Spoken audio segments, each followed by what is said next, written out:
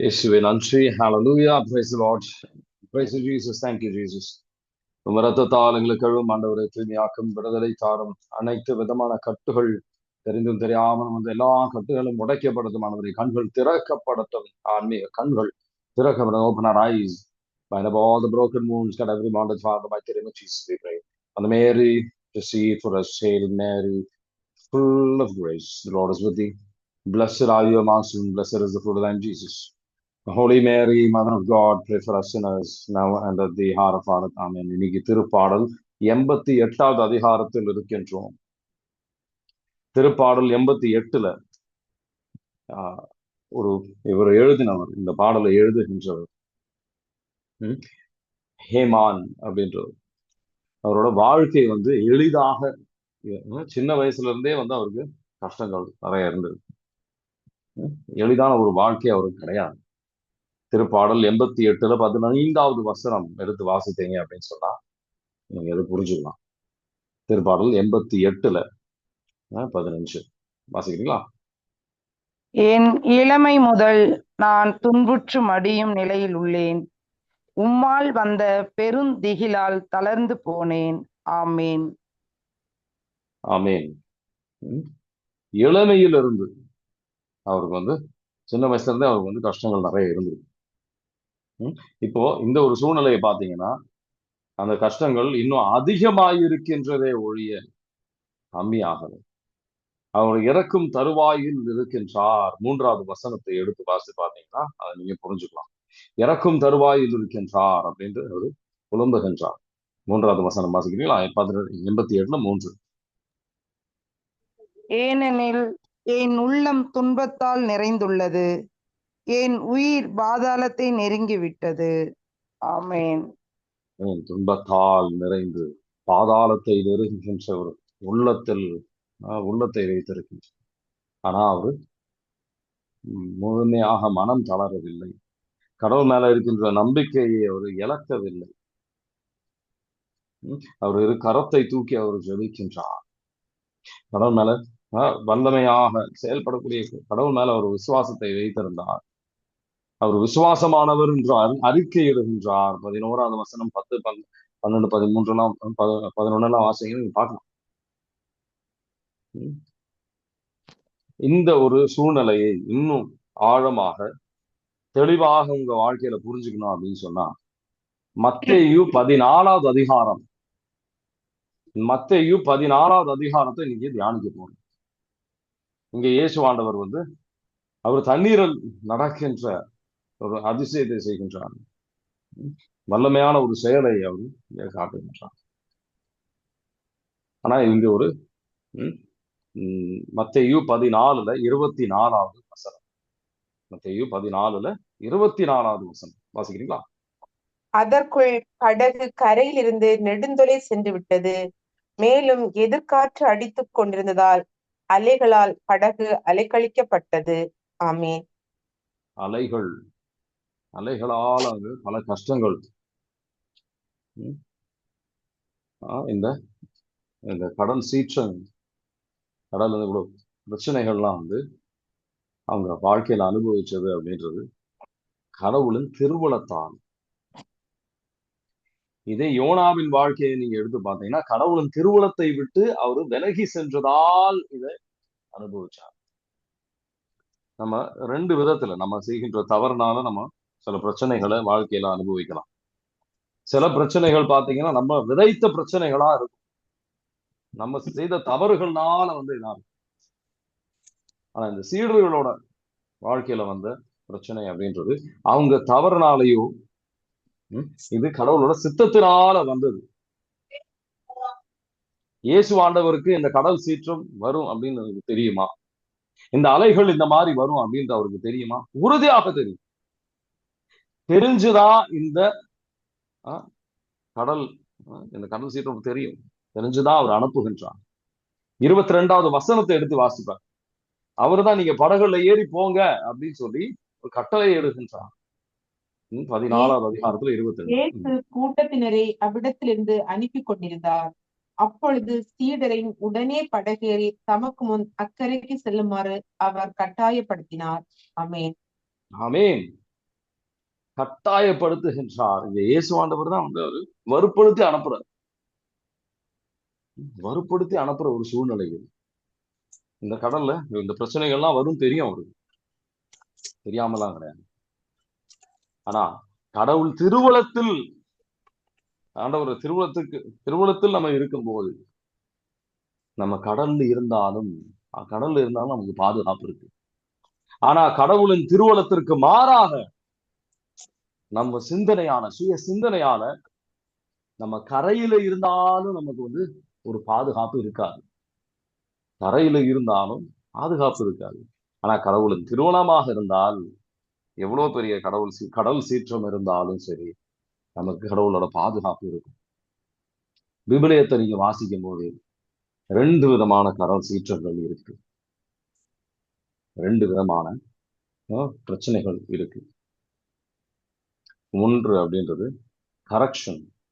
ஆண்டவர் நம்ம திருத்த முயற்சி செய்கின்ற, நம்மள வந்து அவரு ஒரு பிள்ளையாக அவரு நேசிக்கும் போது திருத்த முயற்சி, கண்டிப்பு நம்ம வாழ்க்கையில் அவரு கண்டிக்கும் போது வருகின்ற சில பிரச்சனைகள். நீதிமொழிகள் 3வது அதிகாரம் 12வது வசனம். நம்மளை நேசிப்பதனால் ஆண்டவர் வந்து தண்டிக்கும் போது, எந்த பிள்ளையை அவர் நேசிக்கிறாரோ அந்த பிள்ளையை தான் அவர் கண்டிப்பார். நீதிமொழிகள் 3:12 வாசிக்கிறீங்களா?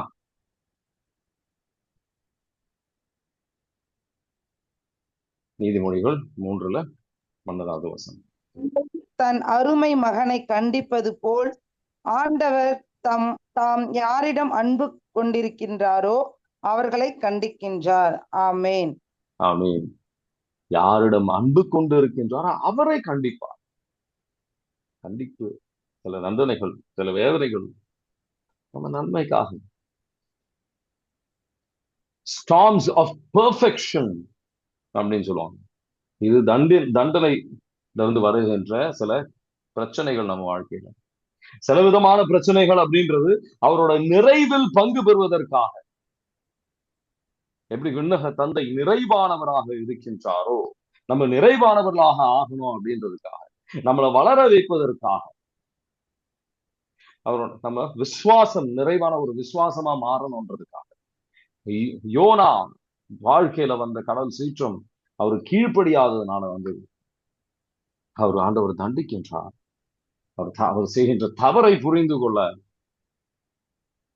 சில வேதனைகளை அனுப்புகின்றார். சீடர்கள் மத்தேயு 14வது அதிகாரத்தில் இருந்த ஒரு தண்டனை அப்படின்றது இயேசு ஆண்டவரை கீழ்ப்படியும் போது வந்த கடல் சீற்றம். அது அந்த நேரத்துல ஒரு தண்டனை மாதிரியே தெரியும், தண்டனை மாதிரிதான் தெரியும். இதுக்கு முன்னாடி ஒரு கடல் சீற்றத்துல இயேசு ஆண்டவர் சோதிச்சார். மத்தேயு 8வது அதிகாரத்துல எடுத்து வாசி பார்த்தீங்கன்னா நீங்க புரிஞ்சுக்குவீங்க. ஆனா அந்த சோதனையில் ஆண்டவர் கூட இருக்கின்றதை அவங்க அனுபவித்தார்.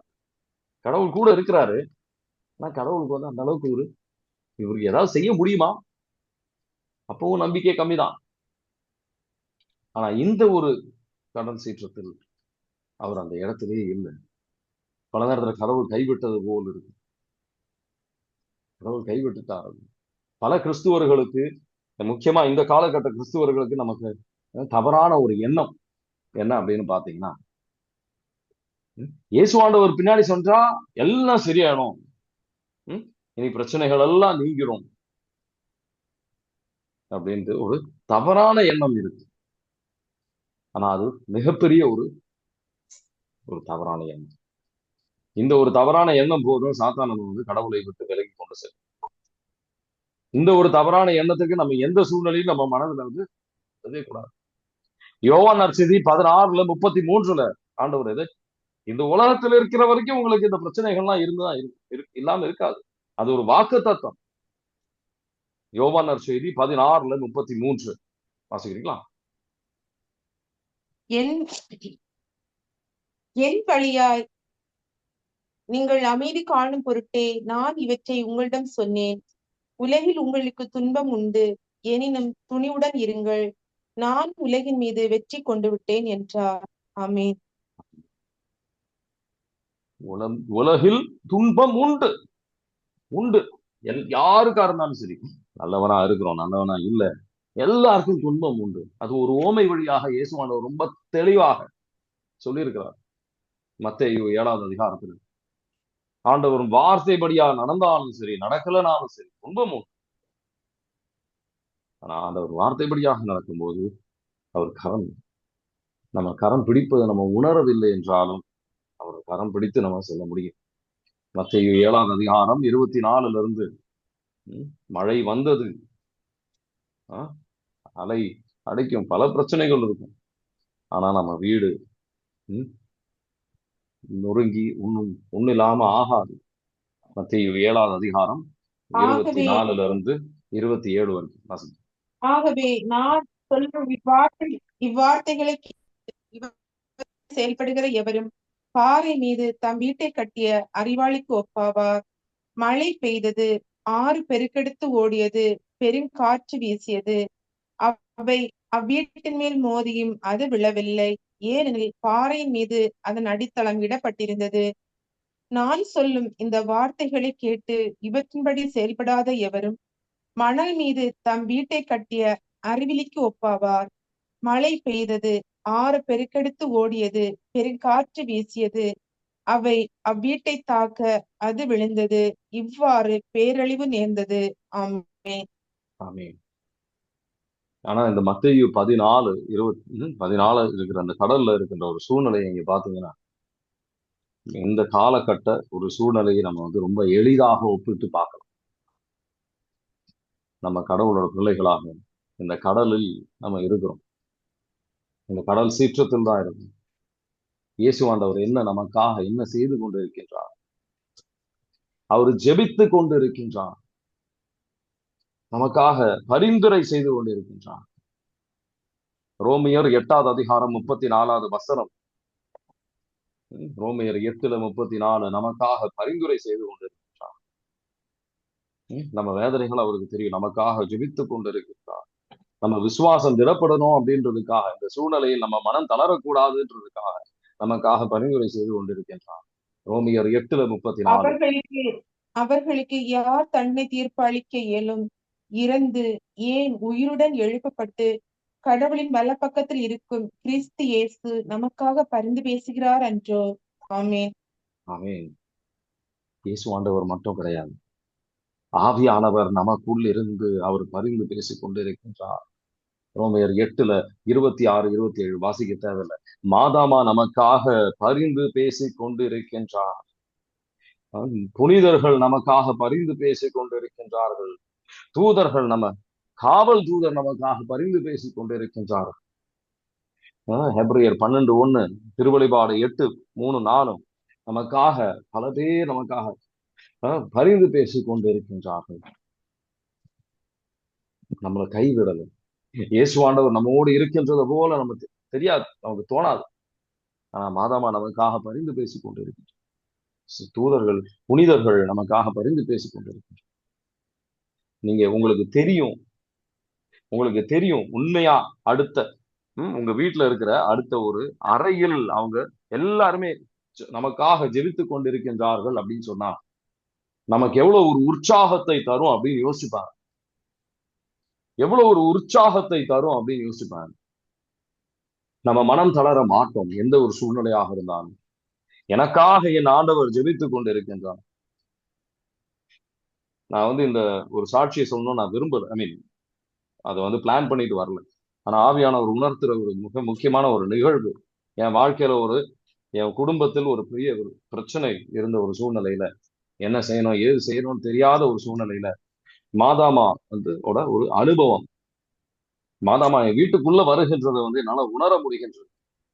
மாதாமா நான் வீட்டுக்குள்ள அந்த அளவுக்கு அது வரைக்கும் நான் ஜெபிப்பேன், ஜெபமாலையை ஜெபிக்கிறது உண்டு.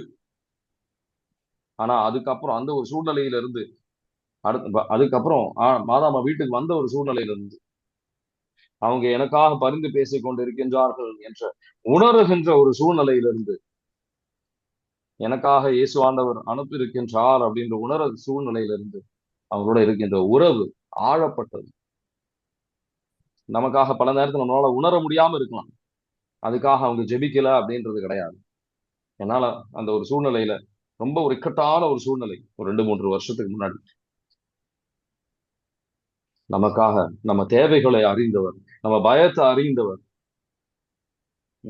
ஒரு சமூகம் திருச்சபை அப்படின்னு சொல்லும் போது நம்ம 3 விதமான திருச்சபைகள் இருக்குன்னு சொல்லுவாங்க. விண்ணகத்தில் இருக்கின்றவர்கள் ஒரு திருச்சபை ஒரு ஒரு பங்கு தான். புத்திரிபூச்சி தளத்தில் இருக்கின்றவர்கள் திருச்சபையின் ஒரு பங்கு தான். நம்ம எல்லாரும் இந்த உலகத்தில் இருக்கின்ற எல்லாரும் நம்ம திருச்சபையின் ஒரு பங்கு தான். 3மே சேர்ந்துதான் திருச்சபை. நம்ம பல நேரத்துல கடவுள் நம்மளை கைவிட்டார் அப்படின்ற மாதிரி தோணும்.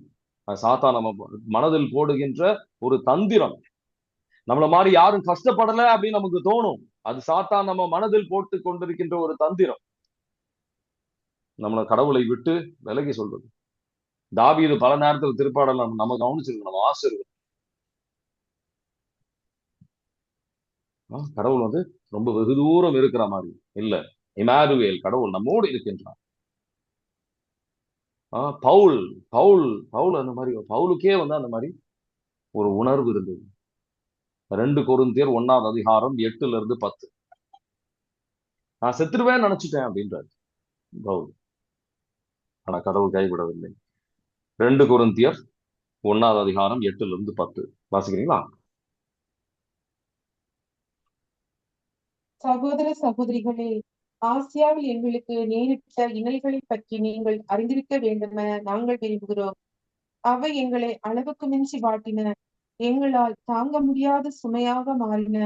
இனி பிழைப்போம் என்னும் நம்பிக்கையே இல்லாமல் போயிற்று. எங்களுக்கு மரண தண்டனையை விதிக்கப்பட்டது போன்ற உணர்வு ஏற்பட்டது. நாங்கள் எங்களை அல்ல, இறந்தோரை உயிர்த்தெழ செய்யும் கடவுளையே நம்பியிருக்க வேண்டும் என்பதற்காகவே இவ்வாறு நிகழ்ந்தது. அவரே தான் இத்துணை கொடிய சாவிலிருந்து எங்களை விடுவித்தார், இன்னும் எங்களை விடுவிப்பார். நீங்களும் உங்கள் மன்றாட்டு மூலமாக எங்களுக்கு உதவினார், இனிமேலும் எங்களை விடுவிப்பார் என்று எதிர்பார்க்கிறோம். இவ்வாறு பலர் எங்களுக்காக மன்றாடி இந்த அருளுக்காக எங்கள் சார்பில் கடவுளுக்கு நன்றி செலுத்துவர். ஆமென். ஆமென். Price the Lord. இனிமே வந்து அவ்வளவுதான், சாவுதான் நமக்கு முன்னாடி அப்படின்னு வந்து உறுதிப்படுத்திட்டாங்க மனதில். ஆனா அந்த ஒரு சூழ்நிலையில் ஆண்டவரோட வல்லமை அவங்க இனி முழுமையாக கடவுள் தான் எல்லாம் அப்படின்ற ஒரு மனநிலைக்கு வருவதற்காக. ஏன் இயேசு ஆண்டவர் தண்ணீர்ல நடக்கிறார்? எந்த விஷயத்தை அவங்க பயந்தார்களோ, கடலை நினைத்து அவங்க பயந்தார், அது வந்து அவருக்கு வந்து ஒரு சாதாரணமான விஷயம் அப்படின்னு அவர் வெளிப்படுத்துகின்றார். பல நேரத்துல இந்த வாழ்க்கையில இருக்கின்ற சில பிரச்சனைகளை நம்ம ரொம்ப அதிகமா பயப்படுகின்றோம். ஆனா இந்த சூழ்நிலைகள் வழியாக தான் நம்ம வந்து கடவுள் இன்னும் அவர் நெருக்கமாக கொண்டு வரணும் அப்படின்னு முயற்சி செய்கின்றார். ஏன் அவங்களால இயேசு ஆண்டவரை புரிஞ்சுக்க முடியல? இது இயேசு ஆண்டவர், இது வந்து ஒரு பேய் அப்படின்னு நினைச்சுக்கிறாங்க. ஏன்னா இயேசு ஆண்டவருக்காக அந்த நேரத்துல அவங்க தேடல. இயேசு ஆண்டவருக்காக அவங்க அந்த நேரம் காத்து நிக்கல. விசுவாசத்துடன் இருந்தாங்க அப்படின்னு சொன்னா இயேசு ஆண்டவரை அவங்களால புரிஞ்சிருக்க முடியும். அவங்களால புரிஞ்சுக்க முடிஞ்சு. எப்போ நம்ம இந்த பயமும் விசுவாசமும் ஒரே இதயத்தில் வாழாது. எப்போ இந்த பயம் வந்து நம்ம கண்ணை அடைத்து விட்டுரும், நமக்கு ஆண்டவரோட பிரசன்னத்தை உணர முடியாது. ஆண்டவர் ஏதோ செய்ய போறார் அப்படின்ற ஒரு உணர்வு எனக்குள்ள இருந்தது. மாதாமா உள்ள வருகின்றது என்னால உணர முடிந்தது. ஏதோ ஒரு பேய் அப்படின்னு நினைச்சு நான் பயப்படுறேன். கடவுள் ஏதோ இது வழியாக ஏதோ எனக்கு சொல்லித்தர விரும்புகின்றார், என்னை திருத்த விரும்புகின்றார், என்னை வந்து நிறைவான மனிதனாக மாற்ற அவர் இந்த சூழ்நிலை வழியாக விரும்புகின்றார் என்று நான் வளரணும் அப்படின்னு சொல்லி கடவுள் இந்த சூழ்நிலை அனுமதிச்சிருக்கிறார் அப்படின்னு சொல்லி உணர முடிந்தது. யோவானோட மிக முக்கியமான ரொம்ப மிக இக்கட்டான ஒரு சூழ்நிலையில் தான் எங்க சிலுவைக்கு அடியில் அவர் நின்று அவர் அழுதுகிட்டு இருக்கும் போதுதான், இந்த வேதனையான ஒரு சூழ்நிலையில தான் வந்து மாதாமாவன் இதோ உன் அம்மா அப்படின்னு சொல்லி, இதோ உன் தாய் அப்படின்னு சொல்லி இயேசு ஆண்டவர் தருகின்றார் ஒரு தாயா யோவானுக்கு. இந்த கடல் சீற்றம் இந்த சீடர்கள் விசுவாசத்தில் வளருவதற்காக, வேற எதற்காகவும் கிடையாது. இயேசு ஆண்டவர் இந்த சீடர்கள் தனியா விட்டு போகணும், போக வேண்டிய சூழ்நிலைகள் வரும். இதுக்கப்புறம் இன்னும் இதை விட பெரிய பிரச்சனைகள்லாம் அவங்க வாழ்க்கையில சந்திக்க வேண்டி இருக்கும் அப்படின்னு அவருக்கு தெரியும். இயேசு ஆண்டவருக்கு உறுதியா தெரியும். அதனால அவங்க இல்லை என்றாலும், இயேசு ஆண்டவர் இல்லைனாலும் அவர் மேல நம்பிக்கை வைக்கணும் அப்படின்றதுக்காக, அவங்க விசுவாசம் திடப்படணும் அப்படின்றதுக்காக, ஆழப்படணும் அப்படின்றதுக்காக இந்த சூழ்நிலையை அனுமதிக்கின்றார். பேதுருவை பாருங்க. பல பேர் பேதுரு முதல்ல விசுவசிச்சாரு, அதுக்கப்புறம் உள்ள முழுகிட்டாரு அப்படின்னு நம்ம யோசிப்போம். ஆனா மற்றவர்கள் மாதிரி அந்த போட்லயே இருக்கணும், அந்த படகுலயே இருக்கணும் அப்படின்றதுக்கு பதிலா அவர் எழுந்து நின்று நடக்கிறதுக்கு உண்மையான ஒரு விசுவாசம் இருந்தது. ஆனா திடமான ஒரு விசுவாசம் கிடையாது. அந்த கடல் மேல எழுந்து நடக்கணும் அப்படின்னு சொல்லி, எதனால அவர் தண்ணியில இறங்க ஆரம்பிச்சார். தண்ணியில முழுகல, ஒரு ட்ரவுன் ஆகல. அவர் கொஞ்சம் கொஞ்சம் கொஞ்சம் உள்ள போக ஆரம்பிச்சாரு. எப்போ நம்ம கடவுள் மேல இருந்து அந்த கண்ணை எடுக்கின்றோமோ, அவர் மேல இருக்கிற நோக்கம் நம்மளை நீங்குகின்றது. நம்ம சூழ்நிலைகளை பார்த்து அதை பத்தி நம்ம கவலைப்பட்டு கொண்டு கவலைக்கு நம்ம இடம் கொடுக்கின்றோமோ, கேள்விகளுக்கு நம்ம இடம் கொடுக்கின்றோமோ,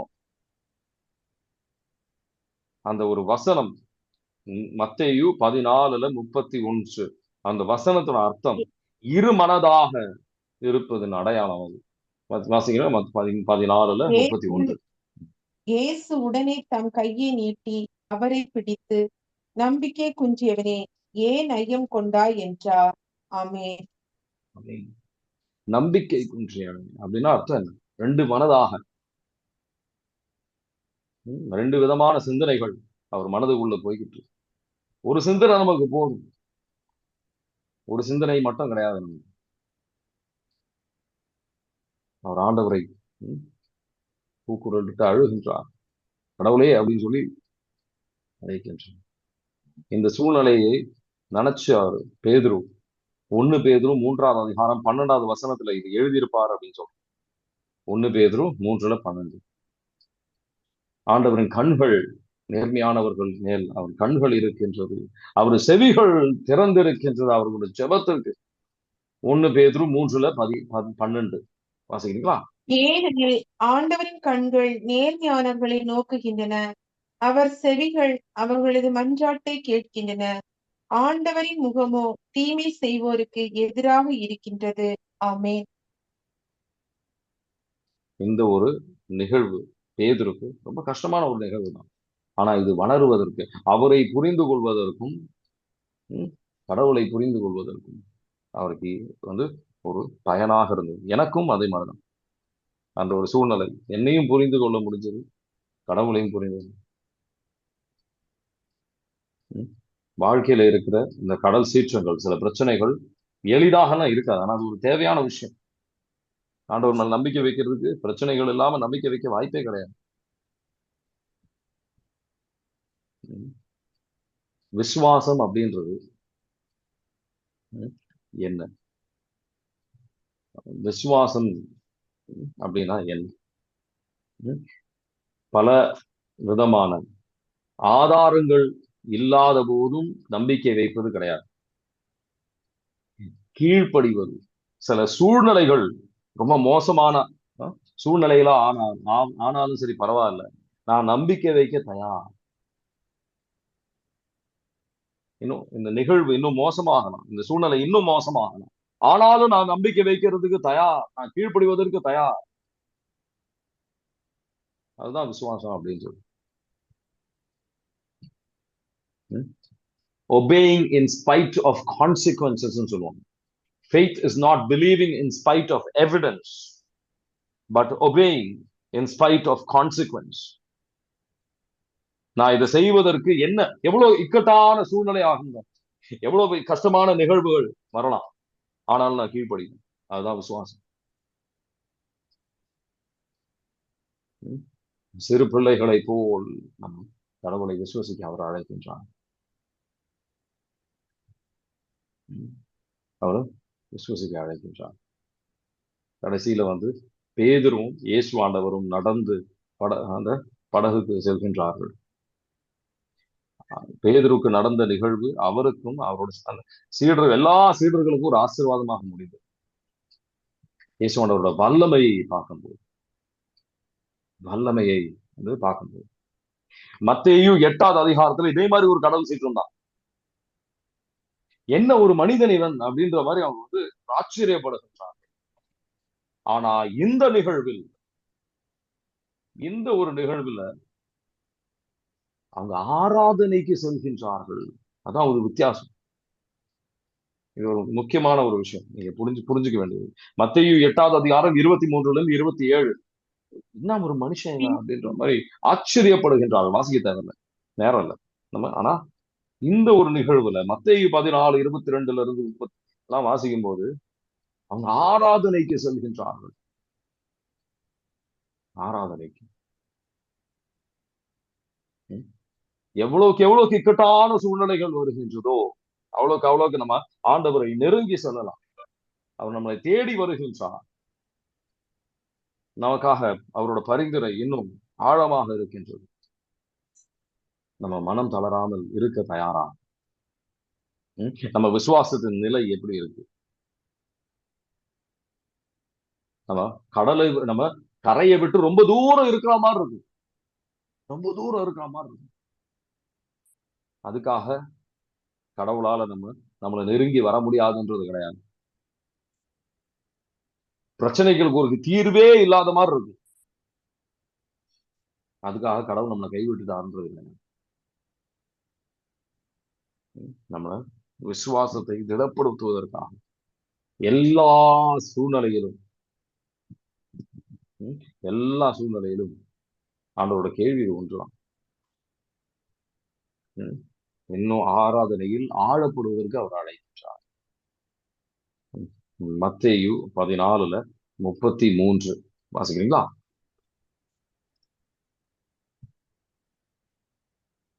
மத்தேயு 14:33.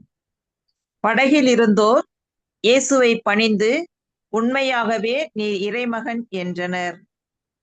அவர்கள் மறுகரைக்கு சென்று கெனசரேத்து பகுதியை அடைந்தார்கள். இயேசுவை யாரென்று அறிந்துணர்ந்த ஆமென். உண்மையான கடவுளர் மகன் அப்படின்னு சொல்லி அவர் ஆராதிக்கின்றார். உங்க ஆராதனை ஆழப்படவில்லை என்றால் நீங்க விசுவாசத்துல இன்னும் ஆழப்படவில்லை.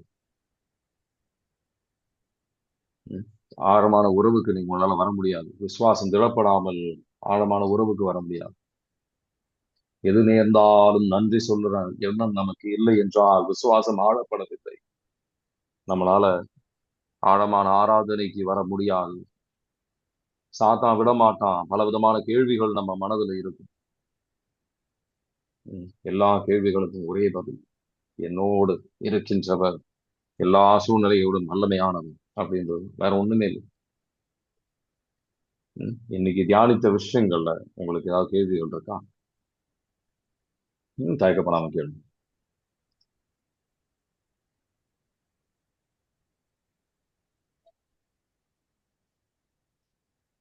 இயேசுவே நன்றி.